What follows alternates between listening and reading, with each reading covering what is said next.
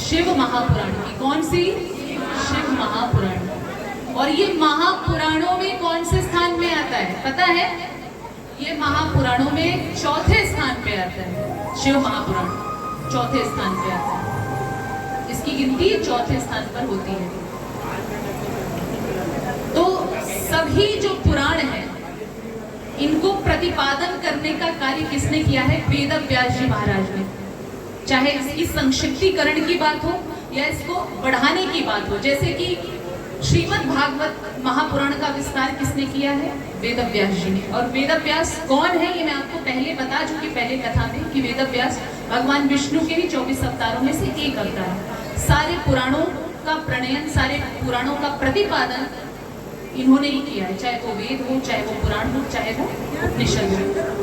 तो एक बार की बात है, शौनकादि ऋषि मुनि, शौनकादि ऋषि मुनि हम सभी के कल्याणार्थ, धरती के सभी जीवों के कल्याण के लिए प्रयागराज में, कहां पर?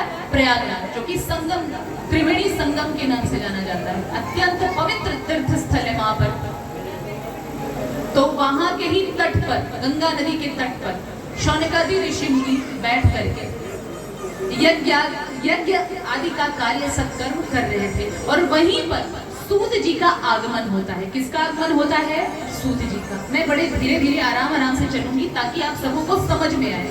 कुछ भी खिचड़ी नहीं पकानी है यहाँ पे, जो कुछ भी बोले आपको समझ में आए उसका फिर चिंतन करेंगे, तब आपकी मनोकामना, कह तो दी हूँ मनोकामना पूर्ण होगी, जब कथा ही नहीं समझ में आएगी काहे का मनोकामना। तो शौनकादि ऋषि मुनि यज्ञ कर रहे हैं और वहां पर सूत जी का आगमन होता है। सूत जी कौन है? वेद व्यास जी के शिष्य। कौन है? वेद व्यास जी के शिष्य, शिष्यों में प्रधान सूत जी।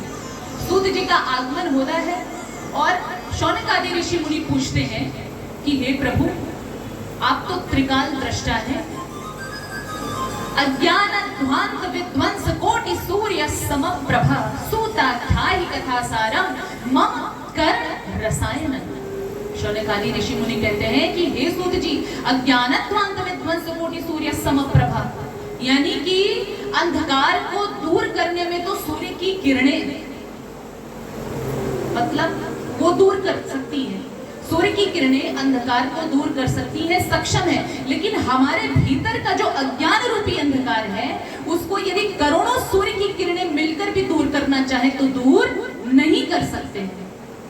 इसके लिए तो आप जैसे संत का आगमन होता है, आप जैसे संतों का जो ज्ञान रूपी किरण हमारे हृदय पटल पर पड़ता है, तभी अज्ञान रूपी अंधकार का निवारण होता है, वो दूर हो सकता है। अब वो अज्ञान का क्या है बताइए?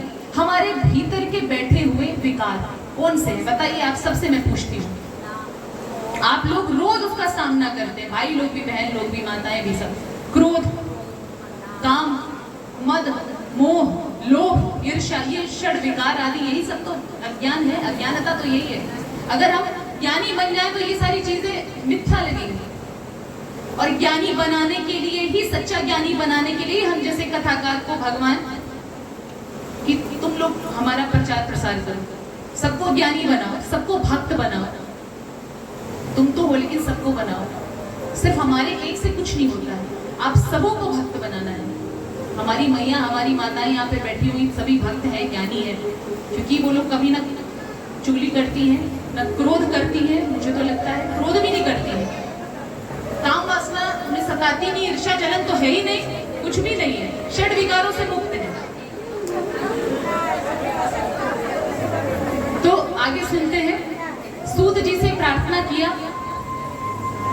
अब सूत जी कहते हैं तुम जैसे जब भक्त हमें मिलते हैं, देखिए कथा कहने का आनंद तभी आता है, मैं भी कथा कहने जाती हूँ जब थोड़ा सा देखती हूँ कि आलसी प्रवृत्ति के लोग बैठे हुए हैं, तो दो चार इतनी मशक्कत करनी पड़ती कि दो चार तो पहले भजन पे भजन, बैक टू बैक उनको जगाना पड़ता है। जब जाग जाते हैं तब जाती कथा। लेकिन यहाँ के लोग भक्त हैं, इतना तो मुझे विश्वास है, सब प्रेम पूर्वक सुनते हैं, तो बहुत ज्यादा मशक्कत नहीं करना पड़ रहा है। सूत जी ने, वैसे ही शौनकादि ऋषि भी बहुत बड़े भक्त थे, तो उन्होंने कहा ठीक है, तुम यदि पूछ रहे हो तो मैं अवश्य ही तुम्हारा निवारण करूंगा। तो शौनकादि ऋषि मुनि पहला प्रश्न करते हैं कि हे प्रभु सूत जी, मैं आपसे ये प्रश्न करना चाहता हूँ कि कलयुग में मंदा सुमंदवतयो मंद भाग्या ध्रुपद्रुता, कलयुग में तो व्यक्ति की बुद्धि भी मंद है, आयु भी मंद है और कर्म भी, सब कुछ मंद है। व्यक्ति जीवन भी बहुत अल्पायु है, व्यक्ति दीर्घायु नहीं है। तो उतने से ही कम समय में ऐसा कौन सा शॉर्टकट तरीका अपनाया जाए जिससे कि हम भगवान की प्राप्ति कर लें, क्योंकि न जाने कब इसका काल आ जाता है, कुछ पता है, कुछ नहीं पता है। तो आप हमें सभी साधनों में से, सभी ग्रंथों, सभी उपनिषदों में जो सर्वोत्कृष्ट हो, सबसे सही हो, जिसको अपना लेने मात्र से प्राणी का कल्याण हो जाए पूर्ण रूप से, ऐसे किसी साधन का उपाय बता दीजिए। क्योंकि एक ही साधे सब सधे और सब साधे सब जागे। कलयुग में मानो क्या क्या करेगा बताइए। कर्मकांड भी बहुत है।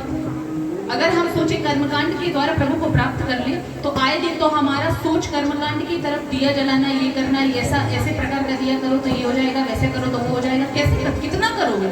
करोगे भी तो कितना करोगे? लेकिन भगवान शिव को पकड़ लो।